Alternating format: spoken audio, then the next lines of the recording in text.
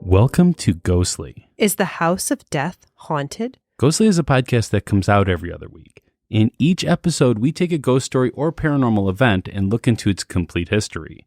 Rebecca then gives us evidence proving that the story is real, and my job is to debate those pieces of evidence and get you, the listener, prepared to vote on if it's real or not.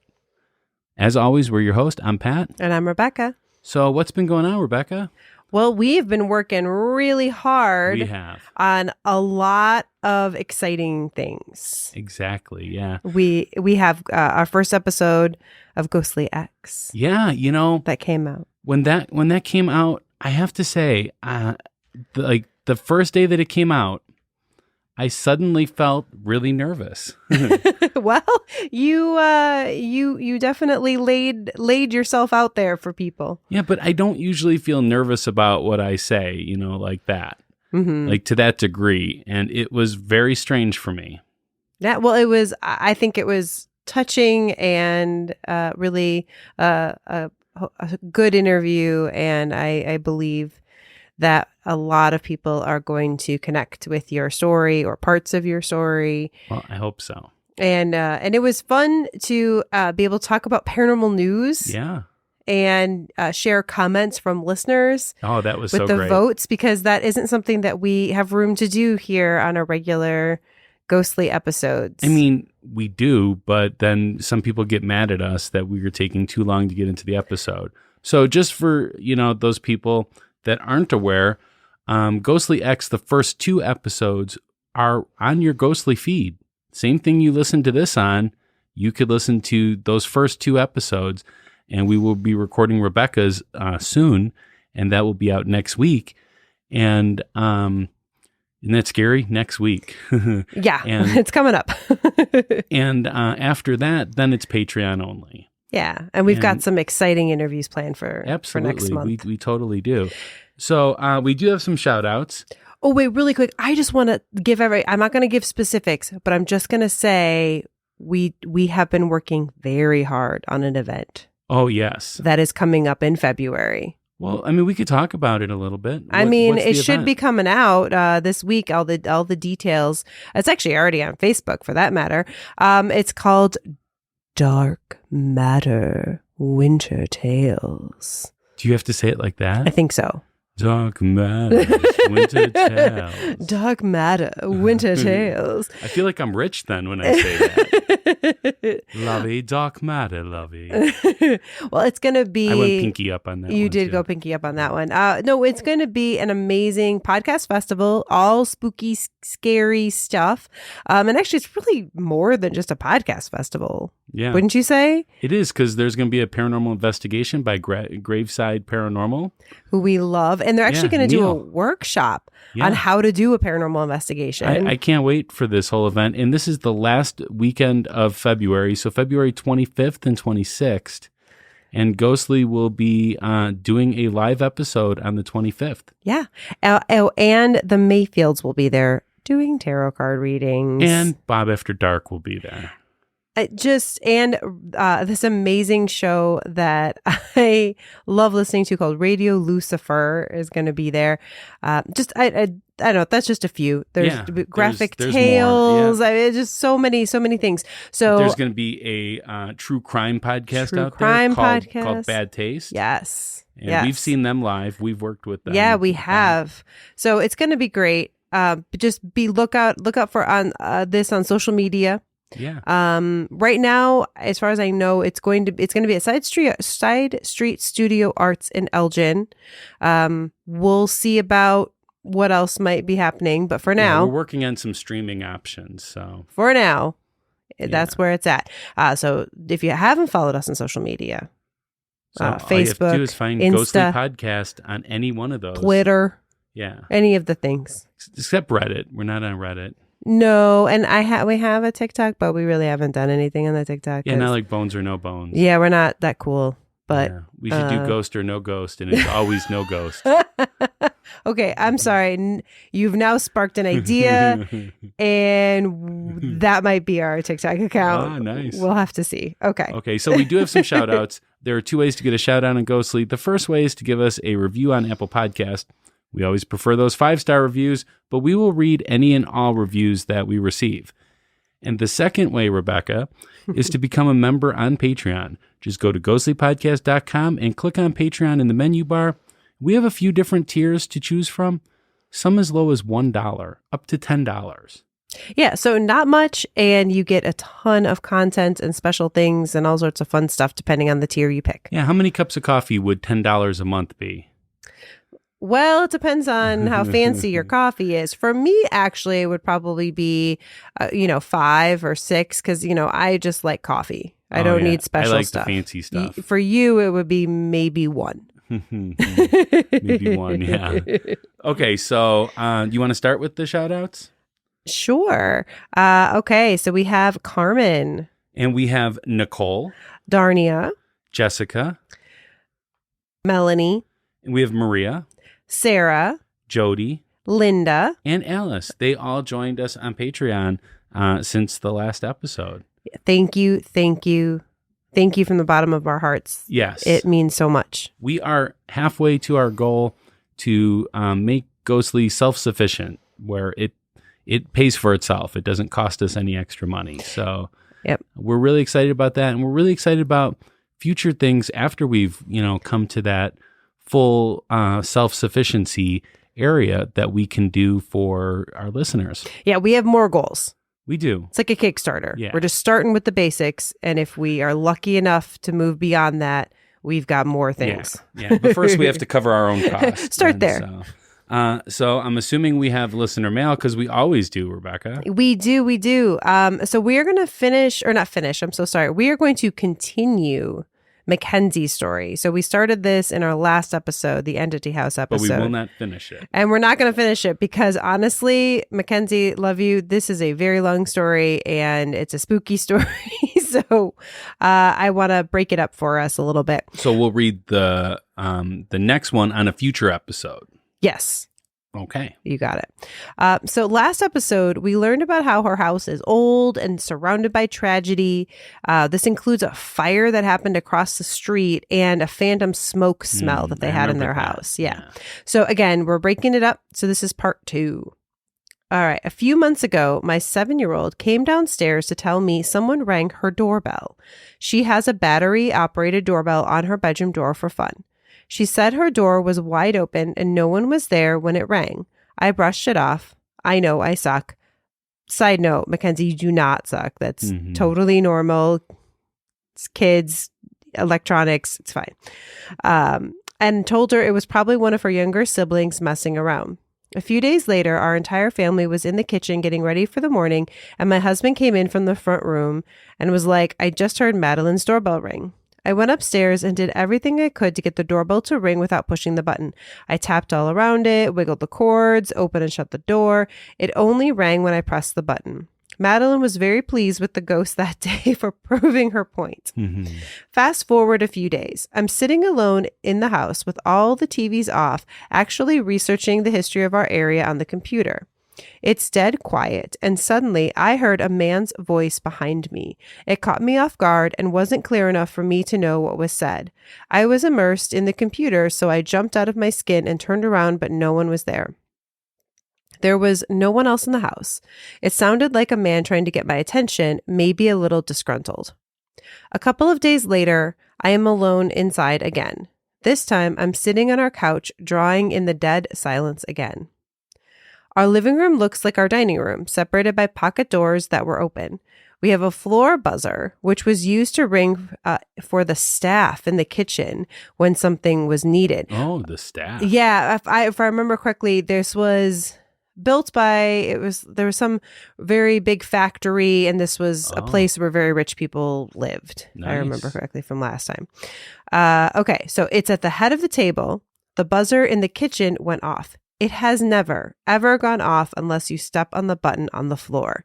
It's loud, so there was no mistaking it. I love that it's on the floor and not like under the table or something, because it'd be more discreet. Rich people don't want to have to lift their hands to do anything, so they just step on it. Exactly, much easier. Yeah. All right. A couple of weeks later, I came home on a Friday and my husband is like, you are not going to believe what happened to me. He said he came inside from the garage to turn on our AC so it would start to cool down the house. He was about to switch on an AC unit when he heard a Velcro sound behind him. He turned around just in time to see our pagan wheel of the year calendar fly off the wall. Oh, I used to love my pagan wheel. I used to love that calendar. I wondered if you would recognize that. Landing in the middle of our foyer. This thing was held up by several heavy-duty 3M Velcro strips. I yank on it, and I have since then, and I can't get it to just come off. It was hanging there for months and never budged. He goes back out to the garage and comes back in a few minutes later to grab something he left. He opens our kitchen door and sees the curtain that covers our hallway cleaning closet, more of a nook in the hallway, being held open by nothing. There's nothing there, but it looks as if the curtain is being held up so someone can look in the nook. It dropped a second later. He is more of a skeptic than I am, and he had goosebumps telling me the story. Wow. That's really interesting. So more to come. Yeah. Thank you so much for that. I can't wait to hear the third part in a future episode. So we always want to hear your stories. To send us a story, you can email us at info@ghostlypodcast.com or use the contact us form on ghostlypodcast.com. You can also do our favorite method, Rebecca. What is it? Yeah, you can actually just mail us. You can snail mail it. Snail mail. I mean, you could type it up and print it, whatever you need to do, but we love actual mail. You can send it to us at P.O. Box number 264, Geneva, Illinois, 60134. And if you miss that, you're driving, something like that, don't worry. Just go to ghostlypodcast.com and click on Contact Us, and it'll all be there. Or is it even at the bottom of every page? Yes, it is. It is in the footer. Yes. It's there. Just go check it out. All right. So let's just get into the episode then. I'm so excited for this one. You always forget that we have to do our polls. No, always. We don't. We don't need to keep doing these polls. Well, that's kind of like one of the big points of Ghostly. All right. If you have to do it, then I guess let's just rip the Band-Aid off again. Let's do it. All right. The last episode, we talked about the Entity House in LA. We had yes, 52.6% and no, 47.4%. So very close. Yeah. And I will tell you that I've updated these stats on the Ghostly site. And looking at them, overall average, yeses are 50-something 2% or something like that. It's very close to these numbers here. And no is like 40-something percent because we had a small time when we allowed maybe, which I really think we should go back to because I won more episodes then. And so it's kind of interesting. We do lean a little bit more believer, but not by much. Yeah, no, we're even. Definitely, we're pretty even. What was our rating for the Entity House? Overall rating. Mm-hmm. So people can vote on how haunted they believe things are. 1 being not haunted at all, and 10 being the most haunted place ever, 4.53. Okay. So it's not the most haunted. So far, the most haunted, Salem Witch Trials. Yeah. As far as the listeners go. Definitely. So if you want to be part of our polls, which we want you to, we would love for you to be part of it, go to ghostlypodcast.com, click on the polls button, and just answer a couple of questions and you're there. Yeah, it's really quick. We love it if you want to leave a comment. Yes. Because again, we want to talk about those on Ghostly X. And we just want to hear what people have to say. You don't have to leave a comment, but we love it. But yeah, just go out there, vote, talk about it with your family and friends. Hopefully everyone's listening to Ghostly and you guys can debate and then everyone can go vote. We love it. Yeah, absolutely. So we're back on our Most Haunted series. In this series, we want to celebrate the cities that have given us the most downloads, so we decided to do an episode on one of the most reportedly haunted locations in each one of those big cities. And that leaves us with New York City. So New York City has a bunch of reportedly haunted spots. In the top 5, I saw the name House of Death. So I was really interested in that one. That one definitely piqued my interest right there. And I just had to make it our pick then. So I was totally unaware of this location and its super dark and twisted history. I would definitely say that I'm glad I picked this one. So there's a lot going on with this place. Well, maybe. The House of Death is located in a very nice area in Greenwich Village, and the building itself looks really nice. You've seen some pictures of yes, it, right? very fancy. Would you want to live there? It is a beautiful place. I don't know if I'd want to live there, but the neighborhood seems, like well, I should say, you'll tell us about the neighborhood, but there were a lot of famous people that have lived all around that area. Mm-hmm. Emily Post lived like next door to this house, Oh, wow. and Edgar Allan Poe lived in a house on this street. So lots of famous people. Well, and think about this too, is now it's 10 apartments. And at one time, this was just one house. Yeah. So that's a big house. That was a pretty big house, and I could have that would have been great. So as I said, I'm definitely glad we picked this one. Sitting in the middle of this neighborhood, though, that's what gets me, is this place has got such a dark history, is in the middle of such a nice neighborhood. Does everybody even know that such bad things have happened here? That's an interesting question, and I have some thoughts on it that we'll see as we go forward. Okay. There's been some reports of things, so well, I am not sure that everyone knows, and but at the very least, you will know now. That's true by listening to this episode. So I do want to say that I do want to post a trigger warning here that we will be talking about suicide and child abuse throughout kind of the episode. So listener discretion is advised, definitely, in this one. If you think you could handle it, proceed with caution. There you go. So you got a ghost story, I'm sure. I do. I do.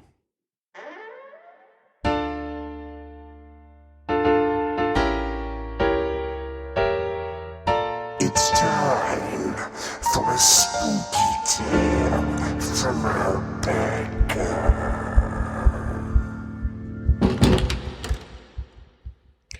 I need to write this down before I start doubting my memory. I'm pretty sure once I tell the story to my friends, they'll tell me I'm being silly and that I didn't see what I saw. But I did see it. I'm a dancer in New York, and this musician that I've known for months asked me if he could take photos of me in his apartment.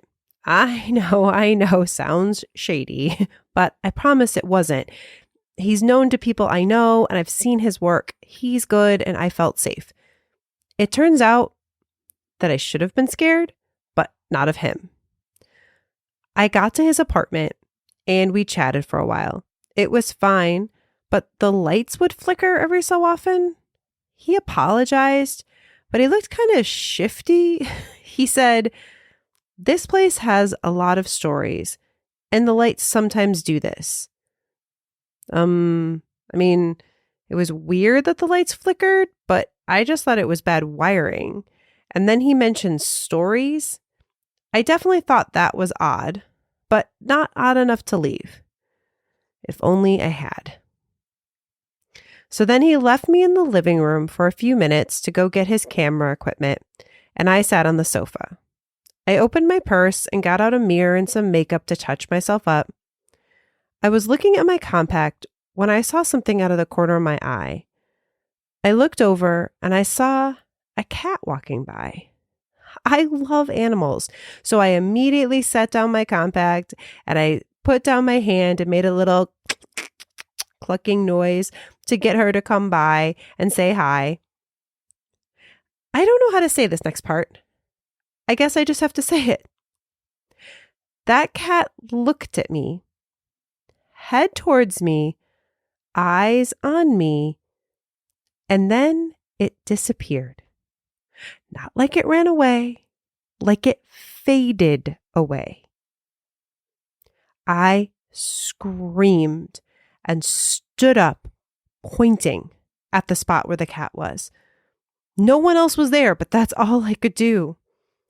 I looked up from where the cat had been, just in time to see a woman in white float through the wall. I mean, your classic ghost, a ephemeral, wispy, old-fashioned woman in a white dress floating in the air, and she just floated through a wall out of the room. I'm not even sure if I screamed again or said anything. I just started frantically grabbing my stuff. The photographer came running into the room. I assume he had heard my scream from the disappearing cat and asked me what was the matter. I don't even know what I told him. I just pointed and I think I just blurted out that I had to leave. His answer shocked me to my core. He said, "Oh, did you see the woman? I'm sorry. She likes to travel around the building like that. She really doesn't mean any harm, I promise." This man lives with this. I just said again that I had to leave and I got out of there. He looks so disappointed. I have this feeling that this has happened before. Not sure how I would warn others about this. I suppose some would like it. But me, I am staying far away from that building. All right. So there was a woman in white in your story. Yes. Rebecca. This is based on an account by someone that lives in the building. So I'm assuming we're going to be talking about a woman in white in the debate. You are correct, my friend. Oh, I don't want to talk about women in white. Haven't we argued her enough? If she's there, I got to talk about her. You just like to bring it up. Whenever anybody sees any white thing, you bring up the woman in white. All right, so we're going to go ahead and take a short break, and when we return, it's time for the Pat Facts. Pat Facts!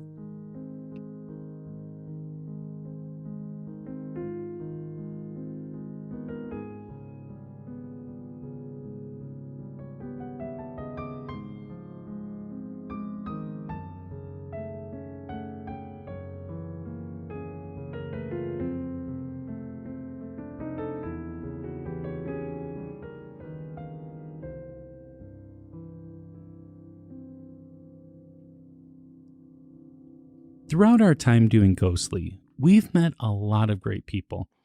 People that don't always fit into our episode schedule.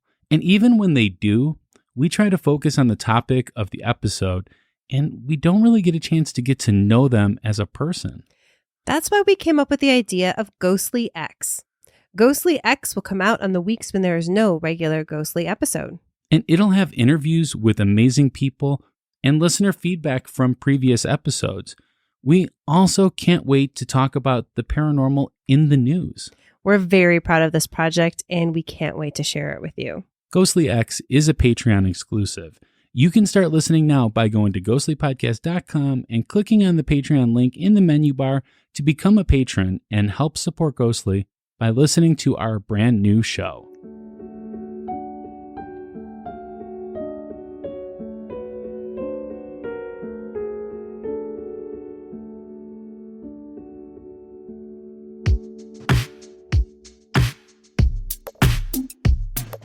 Pat's Facts. From a skeptic point of view. Pat's Facts. He presents it all to you. Pat's Facts. Facts. All right, this beautiful New York brownstone at 14 West 10th Street in New York City was built in 1856, so just 5 years before the Civil War. If you look at the building, the reddish-brownish bricks hides its dark history. And I love to watch videos of people selling New York apartments and townhouses and stuff. And I couldn't even imagine the current market price for something like this, right? I mean, those places go for an outrageous amount of money. And anybody that lives in New York City, man, I don't know how you guys do it. Lots of roommates, I would imagine. But maybe I actually could imagine this one, because Zillow has one of the apartments listed at $5,056 a month for a 1-bedroom, 1-bath, 1,000 square foot apartment. Wow. I mean, again, we're talking about like how big this house must be. I mean, to have each apartment be $5,000 Yeah. a month and a 1-bedroom, 1-bath. I mean, and if each of them were 1,000 square feet, well, I think when they say apartments, I think it's 14 West 10th Street and 16 West 10th Street. Yeah, they are, I think, kind of combined. I think so, but I'm not 100 because I've never been there. But anybody looking for an apartment in New York City, you know, I guess that's a good deal. I guess. I mean, you're paying for the neighborhood though, right? Yes. So when you think of New York City, it's hard to imagine owning a car because there's like no places to park there, you know? I've seen the Seinfeld. Yeah. And you would probably take the subway, right? Yes. So the subway probably wouldn't even be there today if it wasn't for James Borman Johnston. He founded the Metropolitan Underground Railway, which is an ancestor of the modern day subway system. So I found that really interesting. When Johnston passed away, his widow and their children moved in the house. Oh, okay. So Now- they must have had some money. I guess, yeah. I guess. Mean, yeah, he created, an underground railway. So, Yeah. yeah, I would imagine so. There's no paranormal stories from them, but it's one of the interesting owners of the house that I thought I'd point out that a lot of the sites talk about.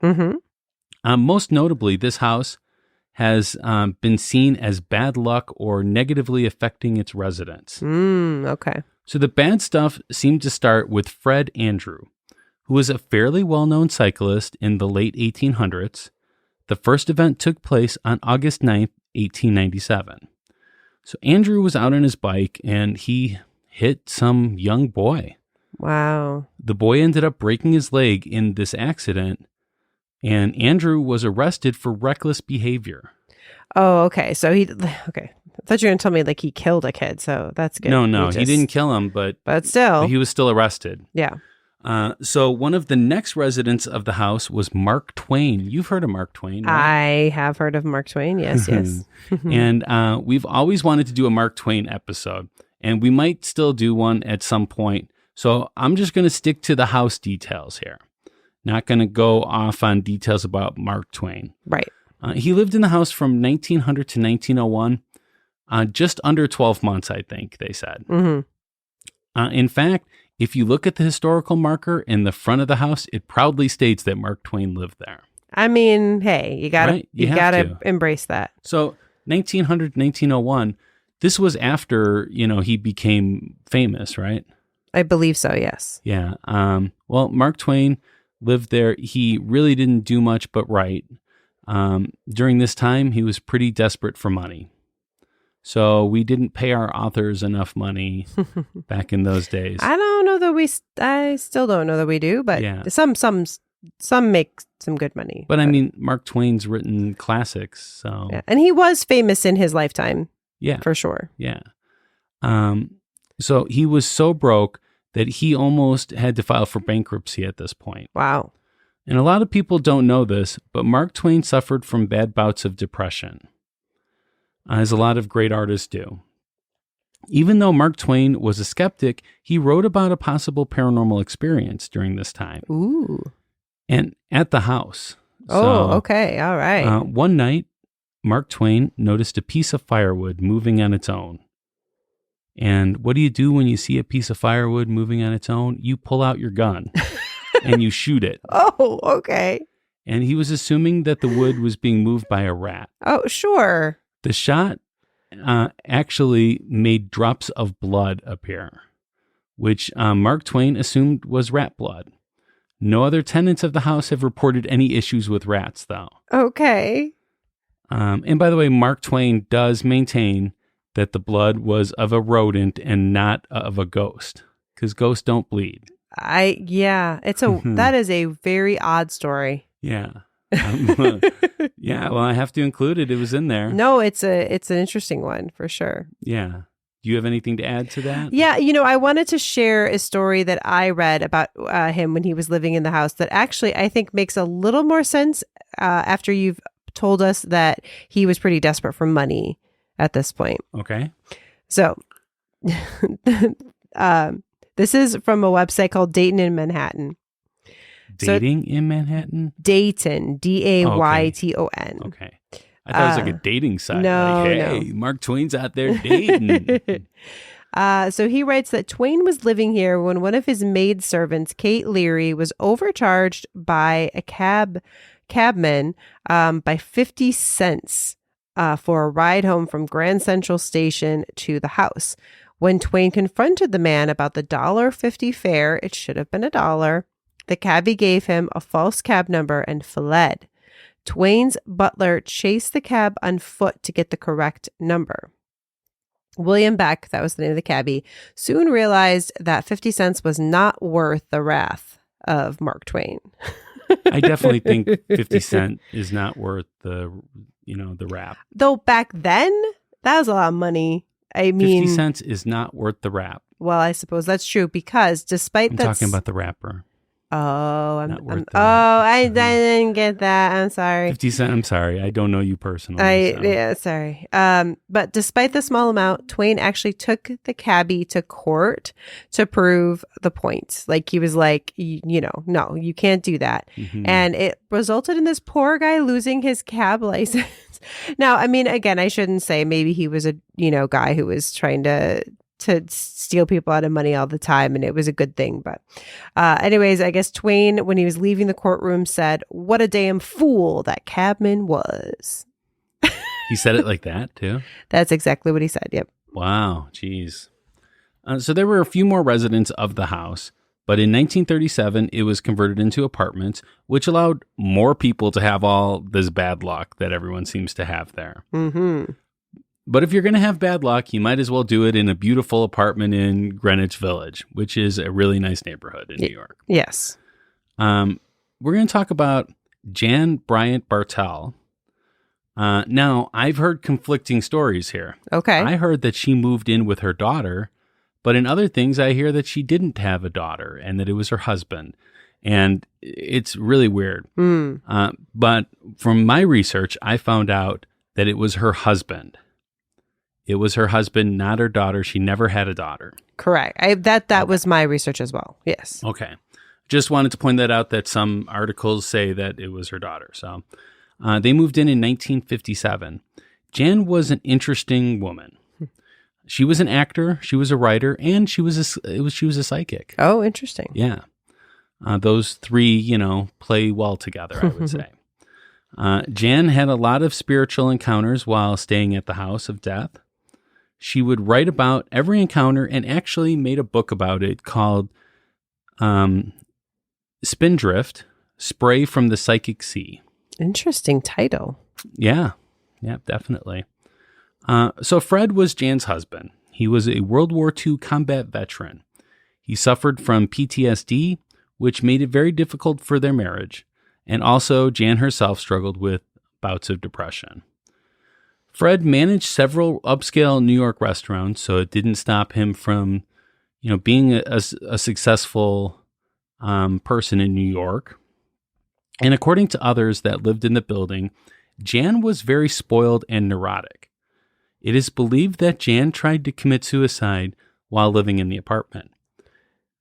Well, Jan definitely struggled. Definitely. Jan and Fred couldn't have children. They adopted a dog, and the dog didn't seem to like the apartment either. So in 1973, the neighborhood was starting to change. The rent was increasing. And when I say change, this is actually for the better. It was starting to change, becoming an even nicer neighborhood. The rent was increasing, and Fred and Jan just couldn't afford the apartment anymore. Besides, they felt that the apartment had such a negative effect on both of them and on their marriage, so they moved to New Rochelle, where they bought a house. So after moving in, Jan committed suicide on June 18th, 1973, just before her book got published. Now, I had not read that it was for sure that, like, the cause of death. I did not read that, but that doesn't, I'm going to trust your historical research on this one. Yeah, I found several articles that say that she committed suicide, but some of them make it look like she committed suicide in the house of death. Oh, no, that's not true. Which she didn't. They moved. They had moved before then. Yes. They had moved, yeah. So the last that I can find of a resident having issues was, this is a bad one here. This is Joel Steinberg. Issues. Yeah.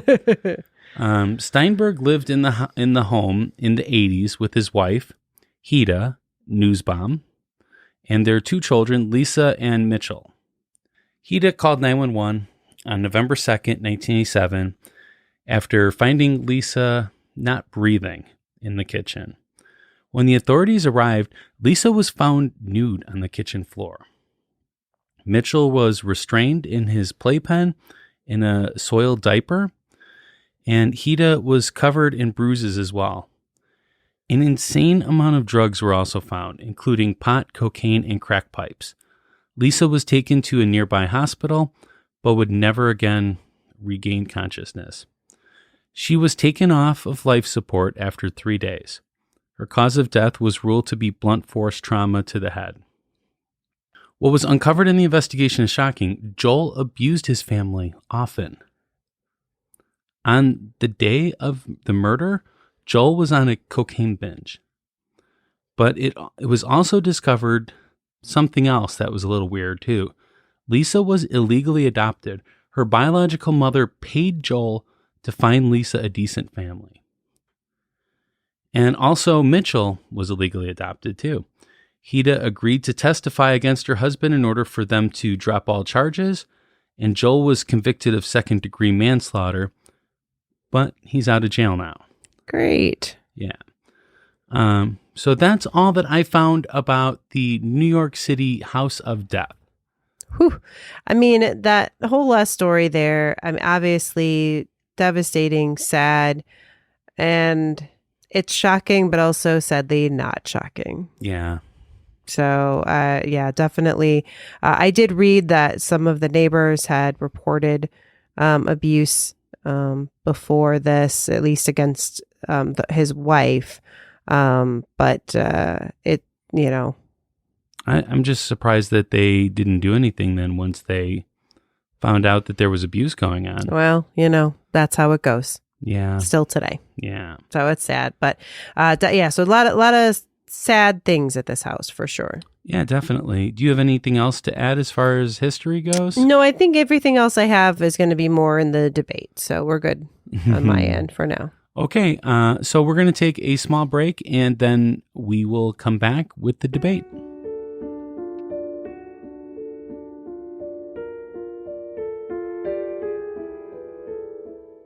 Hello, ghostly listeners. Rebecca here.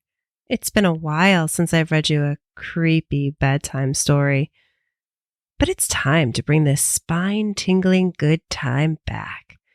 Join me on Patreon for exclusive new readings of classic ghost stories. Every month, I'll be reading frightening tales from my favorite authors, a perfect way to go to sleep with the sweetest, most terrifying dreams. Join Ghostly's new Patreon by visiting ghostlypodcast.com and clicking on Patreon on the menu bar so you don't miss any of my creepy bedtime stories. Talk to you soon.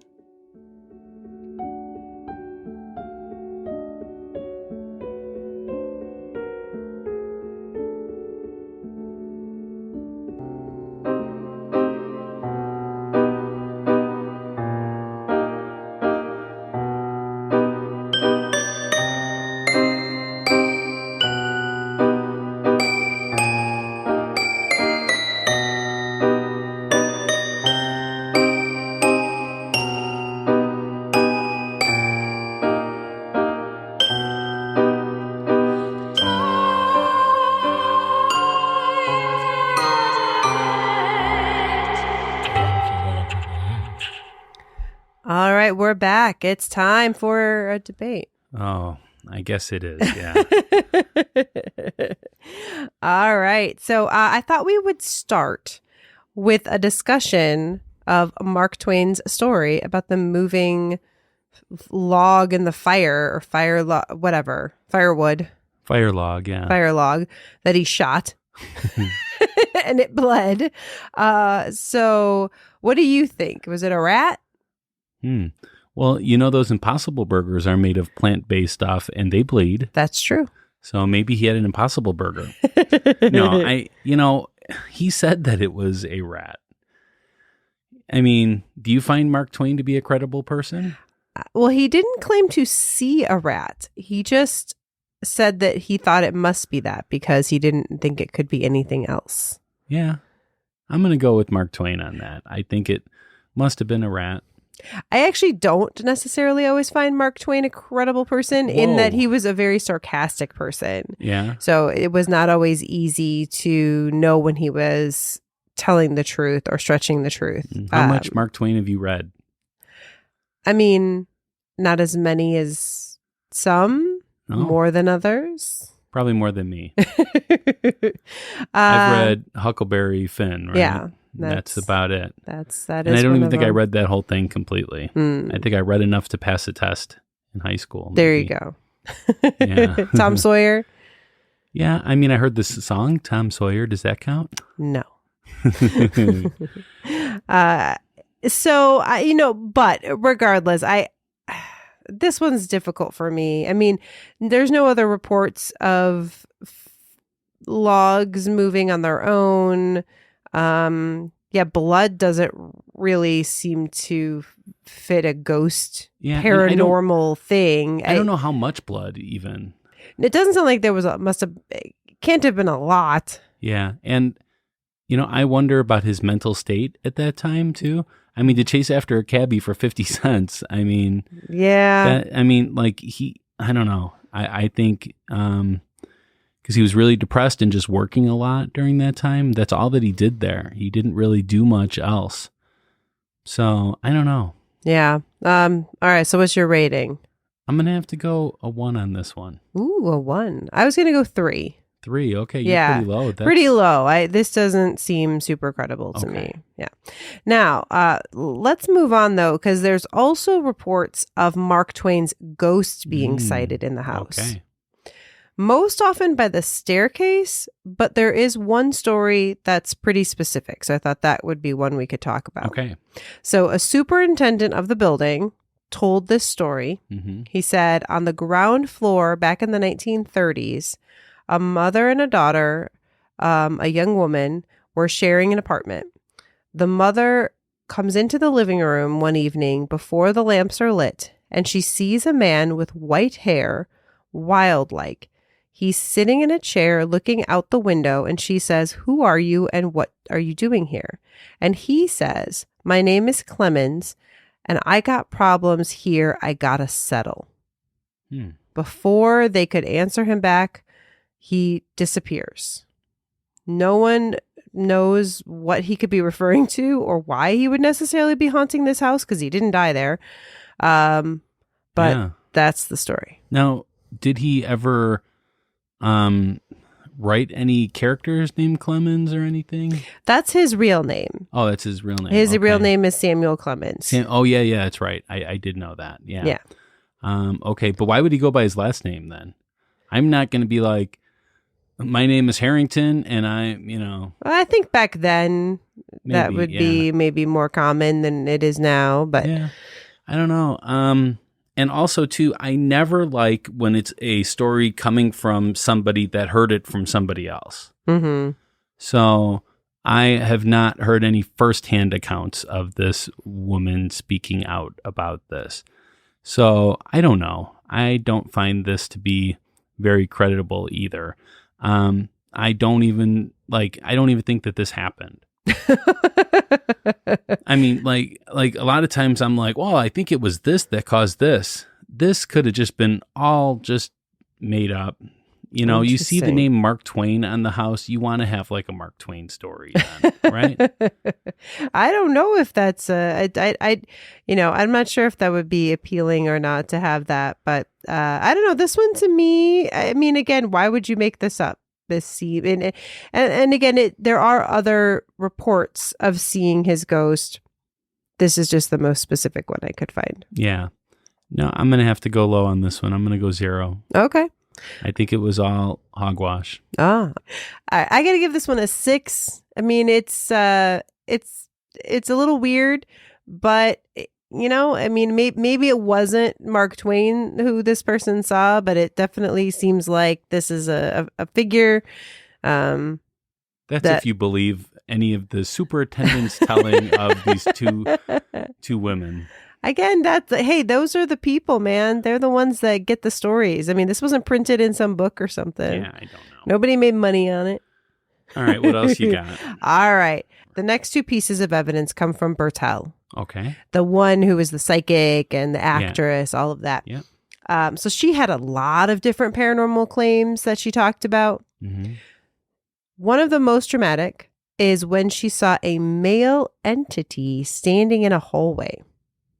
So she claims She turned around the corner. She sees this entity. And I think because she's a psychic, maybe she wasn't as scared. So she actually reached out and touched it. And this is how she described that experience. Quote, a substance without substance, chilly, damp, diaphanous as marsh, mist, or a cloud of ether. I could feel my fingers freeze at the tips. They were numb and yet they tingled. In the split second between contact and recoil, the scent came. Fragrant and languorous and sweet, unbearably, cloyingly sweet. I think she took a lot of liberties there with some of her language. But I'm just going to say that I'm sorry. I have to question her state of mind during her time living at the House of Death.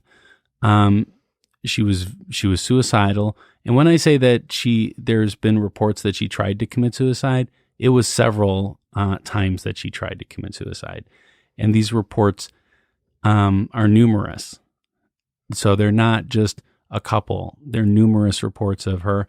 In fact, I found an article just about her. And in that article, they said that too. So, which had nothing to do with paranormal or the house or anything like that. And her ultimate demise was by suicide too. So I question what kind of state of mind she was in while she was living in the house and how susceptible she was to having these kind of visions of things. You know, if she's claiming to be psychic, maybe this is a psychic vision and not really that, although I don't believe that either. But I'm just saying, I think that it was something for her to do while she was living in this house, and was to tell stories of the paranormal. And I believe that this didn't even happen. Interesting. Yeah. Okay. So I'm going to go 0 on this one. Okay. I give this one a 7. Okay. I almost went 8, but I'm going to go 7. Because again, she's not the only one to see entities in the house. She's just the only one that ever reported trying to touch one. Yeah. And it's really creepy to me to hear her talk about what she felt with it. Well, I commend her on trying to touch it, because if a spirit was right in front of me, I would try that. Yeah, right? I mean, that was, you know, that's what I get mad about, is that people run from these things and never confront it. Like, maybe it's not really there. Maybe you just see it out of the corner of your eye and think it's there, and you get so spooked that you run away. And that adds to that story then, right? That's like, you have that fight or flight instinct going on, and, you know, I don't know. Yep. But she recorded all of her sightings. Again, recorded means writing. She wrote it down. She didn't do audio recordings or anything like that. Right. Yes. Yeah. So, but this was, and again, as always, there's too much for us to talk about in this. I mean, she did call in investigators, and there's a lot you can read about that. But I think that this, to me, was one of the most compelling pieces of evidence. I believe they lived in the penthouse too of the House of Death. So they had a nice place up there too. Yeah. So now, and her husband also reported experiencing things, not that specific one that we just heard, but he was a part of this next one. So another experience they had was the smell of rotting food. So they would smell this, and then they would even have it appear. So they would actually see food that they had not bought, and it was already rotting. So a specific example that I read about was a phantom shriveled grape. Singular? Yes, just one grape. Wow. That appeared in the dead center of a clean dinner plate, even though the couple hadn't bought grapes in months. So it's like they come in the kitchen and there is a grape sitting on a plate that they hadn't bought and was rotting. Okay. Well, I mean, again, we are talking about a woman that suffered from severe depression and her husband that had PTSD. And and add on top of this that they're fighting constantly. And like they believed it was a lot to do with the house, but they were still fighting after they moved from the house. It was, that they had mental illnesses that weren't compatible with each other, I would say. And that caused them to be always, at odds against each other, always butting heads. And I just think that they overlooked that they had bought something like this. And the single grape on the plate, I think that they had that. I don't believe that they forgot that they bought grapes. I don't think that would be, I don't know. I don't believe that for me. But do I think, I know we said earlier that not a lot of rat issues, but it is New York. Yeah. So do I think that there could be rats or other vermin that are storing food, grabbing it from other apartments, Sure. doing weird things with it? I can't dismiss that as a possibility, and these are, so the other things that we've talked about as far as like seeing an entity, again, multiple reports, people have different stories about it, but they have that. No other people reported rotting food. Yeah. And I don't know if I would like classify a grape appearing on my plate after a meal to be something paranormal too. I would, wow, that's weird. I don't remember putting this on there, but who knows? They might have had takeout food and that might have been something that came with it. I don't know. Yeah. To me, I don't know. I wouldn't classify that as a paranormal thing. It's an odd thing. But again, I think it's easy that they could have just forgotten that they got grapes. So I'm going to go 0 on this one as well. I'm going to give it a 2. 2. Okay. Yeah, it's that going is the pretty lowest you've ever gone Yeah. in the history of Ghostly. I think it is. Wow. Yeah, because Rebecca. it's just, this one, I'm sorry, but Am I kidding to you? No. Oh, okay. This place is definitely haunted. No question in my Okay, mind. Definitely not. But do I think that the rotting food, to me, that's just, there's too many, I don't know, maybe I should have gone a 3, but we're going to keep it the 2. Wow. Because it just seems like that could be explained again with rats or other things in the house, in the apartment building. Okay. All right, last one. Mm-hmm. I had to do it. According to the Morbid Library, quote, by far, the most reported phenomena in this so-called House of Death is a woman in white. The spirit's description varies slightly between accounts. Some people say she wears a nightgown. Some say it's an actual dress. Bertel's visiting medium even mentioned sensing a woman in white. The spirit wanders through the halls, walking through doors. Lights often flicker with no concrete source of the disturbance, which some attribute to the woman in white. There are seemingly no specific identities tied to the woman in white, though this is not surprising to me, as many of the alleged spirits are unidentified. All right. So for a house of death, there's not much death that has occurred in this house. I don't know how it got its name House of Death. Well, I don't know for sure, but I will say the medium that she brought in, that was who claimed that there were 22. Yeah. Bertels that claimed that had been 22 deaths, or there were there were 22 spirits that lived in the house. Yeah. Because I looked at the history to try to find any, time that somebody died, and the only ones I could find is the one girl that died in the house, which is odd for such an old place in New York City to not have many deaths attributed to it, not even from natural causes. Because it's called the House of Death, I wanted to figure out where the name came from. Yeah, it's weird. And I could not figure that one out. So given that there's this woman in white, there's no reason for a woman in white to be there. And she changes clothes now? Well, just some people describe it, they see it as a nightgown. Some think it's a dress. Yeah. But it's white. It's a white, flowy thing. Maybe it's a wedding dress. Could be. I mean, there's not any reason for there to be this. I mean, and reason is something that I look at a lot when you're talking about these kind of things. Like, why would there possibly be something like this? And I do think about, did somebody die? Did somebody live there that was happy there, that loved the place? That's some of the things we've talked about. Mm-hmm.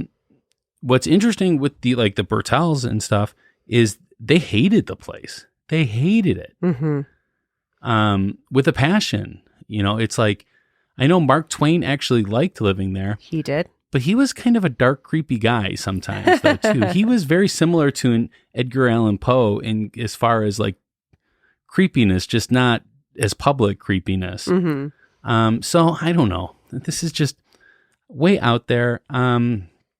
So I don't believe Bertel's medium at all. Because I don't know how they picked it. I don't know the name of anybody. They didn't give any sources of that. So there's no way to check their credibility. I don't know. This, and the lights flickering on and off. This was a old building. This was built in 1856. I mean, I've been in buildings that were built within the last 30 years that the lights flicker on and off.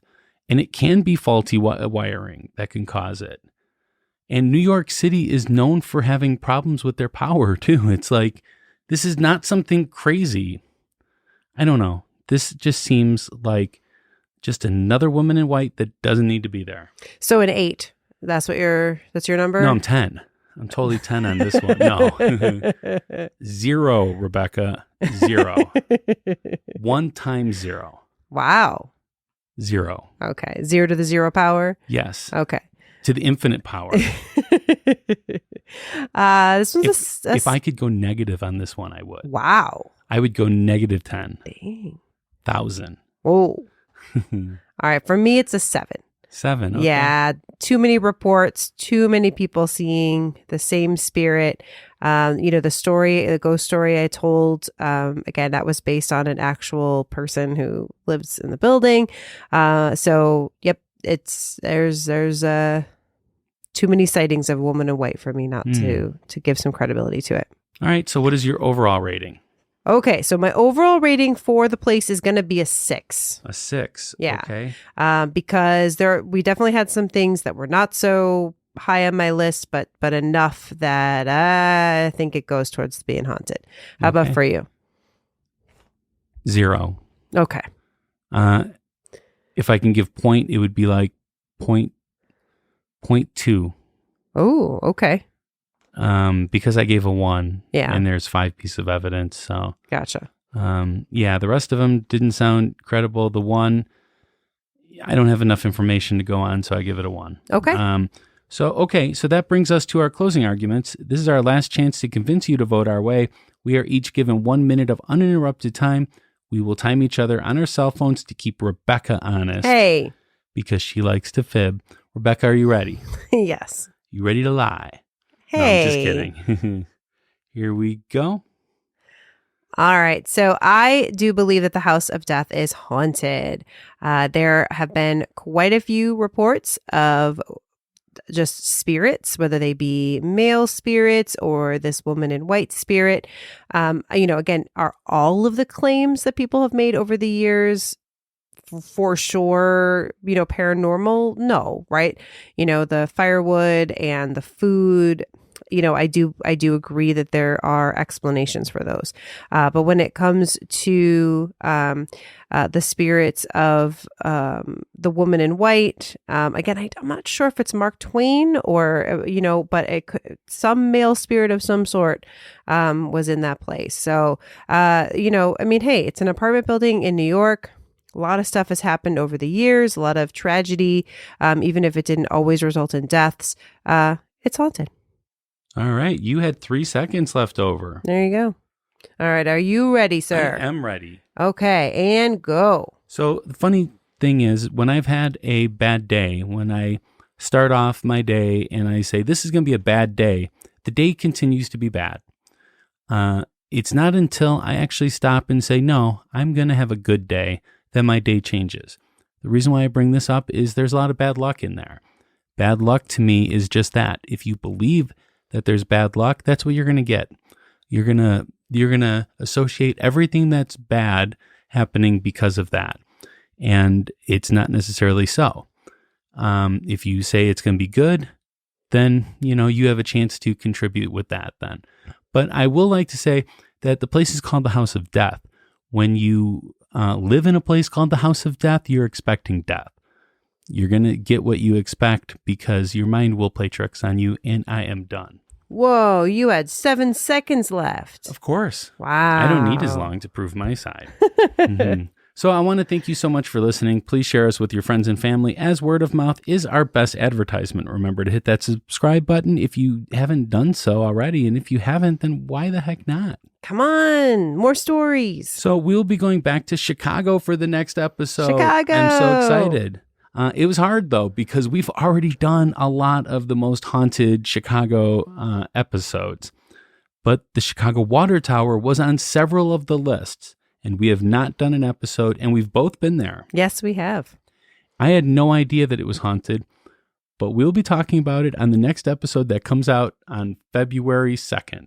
Yes. And we're going to have some awesome guests on that show. So We will. Stay tuned. Yeah, plural. Yes. Remember, though, that the next week we will have another preview of Ghostly X, our Patreon show, but right here, totally free for all listeners, wherever you find Ghostly. And in this next episode, I get the extreme privilege of interviewing Ghostly's #1 believer, Rebecca Rivers. Yay. So, Rebecca, do you agree that there's no rules during this interview? Yes, I agree to no rules.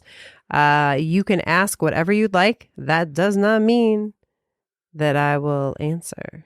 Absolutely. But I think we should ask all of our guests that prior to it, because I want all interviews to be no hold barred. No holds barred. Yeah. Hey, if you have questions, send them in, or if you've got, or I should say, if you have suggestions of people we should interview, let us know. Like Mark Twain's ghost?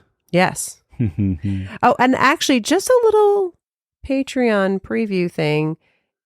If you are a Patreon, certain levels, you are going to get more Rebecca's creepy bedtime stories. Yes. And this week, I have released one that is a Mark Twain ghost story. Ooh. He wrote a ghost story. Yeah. And we're going to listen to it. Is it about him shooting a log? No. Oh, man. So definitely, if you're interested, you should check out the Patreon. Absolutely. I want to give special thanks to our patrons in the VIP level. We have Nicole, Darnia, Jessica, Sarah, Linda, Alice, Austin, Hope, and Candy. Thank you. So I want to thank you guys so much for your constant contributions. We really appreciate it, and you've helped Ghostly out a lot. We consider you guys like co-producers of Ghostly. Absolutely. Until next time, stay ghostly. Bye.